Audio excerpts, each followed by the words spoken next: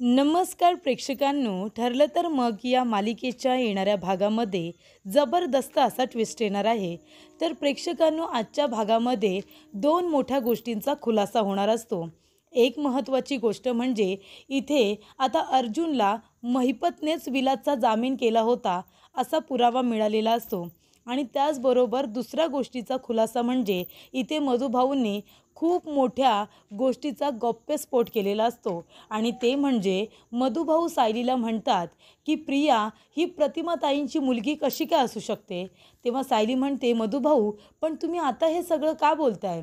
तेव्हा मधुभाऊ म्हणतात, कारण मी इथे आल्यानंतर सगळ्या गोष्टींचा पुन्हा एकदा नव्याने विचार करतोय. तेव्हा मधुभाऊ म्हणतात की मला असं वाटतंय की प्रिया खोटं बोलते, कारण जेव्हा ती आश्रमामध्ये आली होती तेव्हा त्यांच्याबरोबर प्रतिमाताई नव्हत्या, कारण तिची आई ही वेगळी कुणीतरी बाई आहे आणि ती प्रियाला घेऊन आश्रमामध्ये आली होती असं मधुभाऊ म्हणतात. त्याच्यामुळे इथे मधुभाऊने खूप मोठ्या गोष्टीचा खुलासा केलेला असतो. प्रेक्षकांनो, सत्य सांगितलेलं असतं. ते सायलीला म्हणतात की प्रतिमाताई ह्या प्रियाच्या खऱ्या आई नाही आहेत, प्रियाची खरी आई दुसरीच कुणीतरी आहे. हे सत्य आता सायलीला सांगितलेलं असतं. त्यामुळे इथे आता ऐनवेळी दोन मोठी सत्य इथे आता समोर आलेली आपल्याला पाहायला मिळतात. त्याचबरोबर प्रेक्षकांनो, इथे आता अर्जुनला कशा पद्धतीने कळतं की विलासचा जामीन करणारा व्यक्ती दुसरा तिसरा कोणी नाही, तो महिपत शिखरे आहे. आणि त्याचबरोबर इथे सायलीला मधुभाऊ कशा पद्धतीने सांगतात की प्रियाची आई प्रतिमाताई नाही तर एक दुसरीच बाई आहे. त्यामुळे इथे त्या बाईचा सुद्धा लवकरात लवकर शोध घ्यायला हवा असं सायलीला वाटतं. तर ह्या गोष्टी कशा घडत जातात आजच्या भागामध्ये आपण सविस्तरपणे बघूया. तर इथे प्रेक्षकांनो, ज्या वेळेला सायली आणि अर्जुन दोघेजणं पोलीस स्टेशनला जातात, तिथे गेल्यानंतर ते दोघेजण बेलचे पेपर बघत असतात. म्हणजे 2-2.5 वर्षांपूर्वी विलासला जामिनावरती कुणी सोडवलं होतं त्याचे पेपर अर्जुनला बघायचे असतात. पण इथे आता इन्स्पेक्टर साहेब म्हणत असतात की बेलचे पेपर 2-2.5 वर्षांच्या पूर्वी आता त्यावेळेला कुणी जामीन केला मला माहिती नाही आहे. आणि ते बेलचे पेपरसुद्धा गायब आहेत. त्याच्यावरती कुणाची सही आहे, कुणी ते पेपर बनवले होते, मला काही माहिती नाही आहे. तेव्हा अर्जुन म्हणतो, असं कसं तुमच्या इथून बेलचे पेपर हे गायब कसे काय होऊ शकतात, तुम्ही व्यवस्थित रेकॉर्डला ठेवत नाही का. बरं ठीक आहे, बेलचे पेपर गायब झालेत, पण आता दुसरा कशामध्ये तुम्ही रेकॉर्ड मेंटेन करता. जिथे जामीन होतो त्या जामिनाचा रेकॉर्ड तुम्ही कुठल्या ठिकाणी मेंटेन करता, अजून कुठल्या ठिकाणी ठेवता का. तेव्हा इन्स्पेक्टर साहेब म्हणतात, हो रजिस्टरला सुद्धा आम्ही सगळं काही मेंटेन करतो. तेव्हा अर्जुन म्हणतात, दाखवा मग, त्याच्यामध्ये तरी बघू दे विलासचा जामीन कुणी केला आहे ते. तेव्हा इथे रजिस्टर काढलं जातं आणि त्याच्यामध्ये इन्स्पेक्टर साहेब बघतात आणि म्हणतात की हे बघा, इथे म्हणजे विलासचा जामीन केला आहे ती व्यक्ती आहे रविकांत देशमुख. तेव्हा अर्जुन म्हणतो, कोण रविकांत देशमुख. सायलीला सुद्धा खूप मोठा धक्का बसतो. तेव्हा सायली म्हणते, हे रविकांत देशमुख कसे काय असू शकतात, विलासचा जामीन महिपत शिखरेने केला असेल, त्याचं नाव हवं. तेव्हा इन्स्पेक्टर साहेब म्हणतात, नाही मॅडम, हवं तर तुम्ही चेक करा. तेव्हा इथे अर्जुन सायली हे बघतात तर रविकांत देशमुख असं नाव असतं. तेव्हा अर्जुन म्हणतो की हा रविकांत देशमुख आहे ना, महिपतचा माणूस असणार आहे. आणि त्यावेळेला कुठले पोलीस अधिकारी होते हे सुद्धा बघितलं जातं. आणि तेव्हा तिथे एका पोलीस अधिकाऱ्याचं नाव असतं आणि ते असतात इन्स्पेक्टर सरंजांभे. तेव्हा इथे इन्स्पेक्टर सरंजांभे यांना भेटण्याचा निर्णय अर्जुन आणि चैतन्य दोघेजणं घेतात. सायली घरी निघून जाते आणि त्याचबरोबर इथे अश्विन आणि प्रिया दोघेजणं आपल्या लग्नाचा घाट घालत आहेत. आणि त्यासाठी अश्विन घरातल्या सर्व लोकांना कन्व्हिन्स करतोय की प्रियाबरोबर मला लग्न करायचं आहे. तेव्हा इथे आता कल्पना आणि प्रताप काका यांच्याजवळ अश्विन बोलण्यासाठी जातो आणि तिथे गेल्यानंतर सायली त्यांचं बोलणं ऐकण्याचा प्रयत्न करत असते की नक्की अश्विनचं काय चाललं आहे. तिला आता ऐकून घेण्यामध्ये खूपच जास्त इंटरेस्ट असतो, कारण त्या सगळ्यामध्ये प्रिया इन्वॉल्ड असते. त्याच्यामुळे इथे सायलीला आता ही गोष्ट जाणून घ्यायची असते की नक्की या दोघांचं चाललं आहे तरी काय, अश्विनला सगळ्यांबरोबर कुठल्या गोष्टीसाठी बोलायचं आहे. तेव्हा इथे सायली त्यांचं बोलणं जरा ऐकण्याचा प्रयत्न करते आणि काही गोष्टी तिच्या कानावरती पडतात. तिला कळतं कुठे ना कुठेतरी की अश्विन आणि प्रिया दोघेजणं लग्न करण्याचा विचार करतायत. तेव्हा इथे प्रेक्षकांनो, सायली टेन्शनमध्ये आलेली असते. तेव्हा अश्विनला कळतं की कुणीतरी बाहेरून ऐकतंय आणि तेव्हाच दाराला इथे सायलीचा धक्का लागलेला असतो. तेव्हा इथे कल्पना अश्विनला राग येतो. ते म्हणतात, काय झालं, तू काय आमचं बोलणं चोरून ऐकत होतीस का? आणि कल्पना तिला हाताला पकडून बाहेर घेऊन येते आणि म्हणते, सांग तू काय ऐकलंस, सांग ना काय ऐकलंस तू. तेवढ्यातच तिथे अर्जुन येतो आणि म्हणतो, काय झालं. तेव्हा इथे सायली म्हणते, नाही काही नाही. तेव्हा इथे आता सायली इकडची तिकडची उत्तरं देते आणि थातूरमातूर उत्तरं देऊन ती आता तो विषय तिथल्या तिथे बंद करते. कारण तिला ती गोष्ट खरी आहे की खोटी आहे हे सुद्धा आता तपासून बघायचं असतं. म्हणून ते आधी अर्जुनला काहीच बोलत नाही, ती शांत राहते. त्यानंतर प्रेक्षकांनो इथे आता सायली विचार करत असते की जर हे खरं असेल की इथे प्रिया अश्विन भाऊजींबरोबर लग्न करण्याचा विचार करत असेल तर ह्या प्रियाचा खरा चेहरा अश्विन भाऊजींच्या समोर लवकरात लवकर आणायला हवा.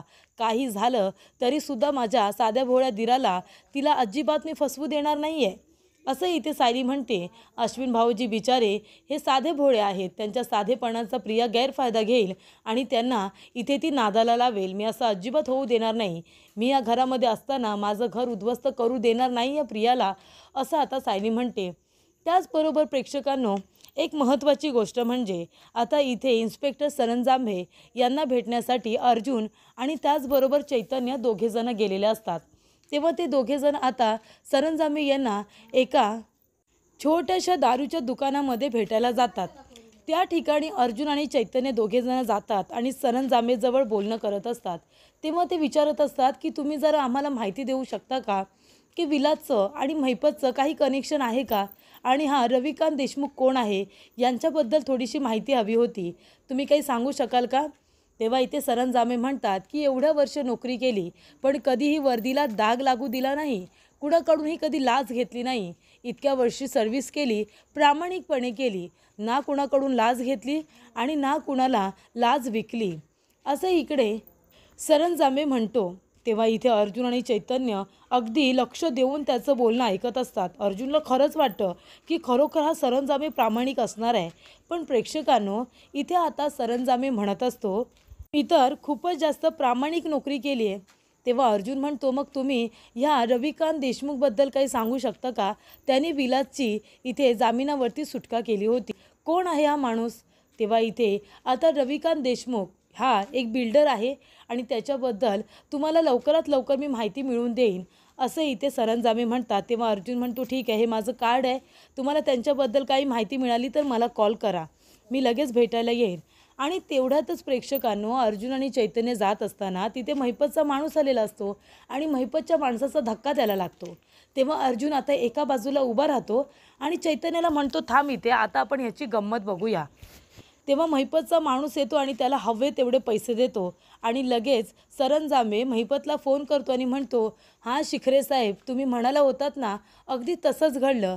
तो इथे अर्जुन सुभेदार आला होता रविकांत देशमुखबद्दल माहिती विचारायला, पण मी त्याला सांगितलं त्याच्याबद्दल काही माहिती मिळाली तर मी नक्की सांगेन, पण तुमचं नाव मी कुठेही घेतलेलं नाही आहे. तेव्हा इथे आता महिपतचं आणि त्याचं बोलणं सुरू असतं आणि अर्जुनने त्याचं बोलणं ऐकलेलं असतं. त्याने पैसे घेताना अर्जुनने त्याला बघितलेलं असतं आणि तेव्हा इथे प्रेक्षकांनो आता अर्जुन आधी थांबतो आणि फोन ठेवल्यानंतर जातो, त्याची गलफटी पकडतो आणि त्याला हवं तेवढं मारतो. अगदी दबंग स्टाईलमध्ये त्या इन्स्पेक्टरला मारतो आणि म्हणत असतो की अच्छा, म्हणजे तुला माहिती आहे की विलासचा जामीन कुणी केला आहे, पण माझ्यापासून सत्य लपवतोयस तू, खरं सांगत नाही आहेस ना मला. आत्ताच्या आत्ता मला सांग, कोण आहे तो माणूस, कोण आहे त्याने विलासचा जामीन केला आहे, खरं बोल, नाहीतर तुला मी आता पोलीस स्टेशनला घेऊन जातो आणि सांगतो की हा लाच घेत होता म्हणून.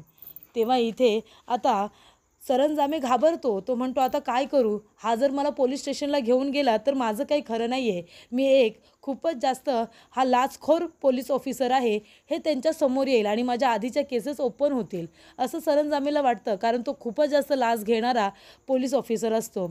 त्यामुळे इथे आता करप्ट ऑफिसर असल्यामुळे इथे सरंजांबे म्हणतो की सांगतो आणि तो म्हणतो की विलासचा जामीन हा कुणीही रविकांत देशमुख यांनी केलेला नाही आहे, तर विलास हा महिपत शिखरेचा माणूस होता. कारण अर्जुन त्याला एका ठिकाणी घेऊन जातो आणि तिथे मारतो आणि म्हणतो, आता इथे मी पोलिसांना बोलवतो आणि तुला अरेस्ट करायला लावतो, त्यापेक्षा खरं सांग मला, तेव्हा इथे आता सरंजामे म्हणतो की विलासला महिपत शिखरेने सोडवलं होतं, त्यानेच जामीन केला होता आणि विलास हा महिपत शिखरेसाठीच काम करत होता. त्या दोघांचं कनेक्शन होतं. इथे महिपत शिखरे त्याला सुपारी द्यायचा आणि विलास त्याने जे काही काम सांगितलेलं असेल तो करायचा आणि त्या बदल्यात त्याच्याकडून खूप जास्त पैसे घ्यायचा, असं त्यांचं काम चालायचं. तेव्हा इथे आता सरंजामे याने जे काही स्टेटमेंट दिलेलं असतं ते अर्जुनने सगळं रेकॉर्ड करून घेतलेलं असतं. अशा पद्धतीने आता विलासला जामिनावरती सोडवणारी व्यक्ती ही महिपत शिखरे होती, हा खूप मोठा पुरावा अर्जुनच्या हाती लागलेला असतो. त्यामुळे इथे आता पोलीस रेकॉर्डमध्ये जे काही लिहिलेलं असतं रविकांत देशमुख तसा माणूस कुणी नसतोच, पण ते मुद्दामून इथे आपलं नाव कुठेही येऊ नये म्हणून इथे महिपत शिखरेने ही सगळी आयडिया केलेली असते. आणि त्याचबरोबर प्रेक्षकांना सायली टेन्शनमध्ये असते आणि मधुभाऊंजवळ ती बोलत असते. मधुभाऊंना बोलता बोलता ती म्हणते की मधुभाऊ, तुम्हाला माहिती आहे का, या प्रियाने एक नवीन डाव केला आहे. तिला आता अश्विन भाऊजींबरोबर लग्न करून या घरामध्ये यायचं आहे, माझ्या सोन्यासारख्या घराला संसाराला उद्ध्वस्त करण्यासाठी. ती मला इथे सुद्धा शांतपणे जगू देणार नाही आहे. तेव्हा मधुभाऊ म्हणतात की साऊबाळा, अगं एक महत्त्वाची गोष्ट मला सांगायची आहे.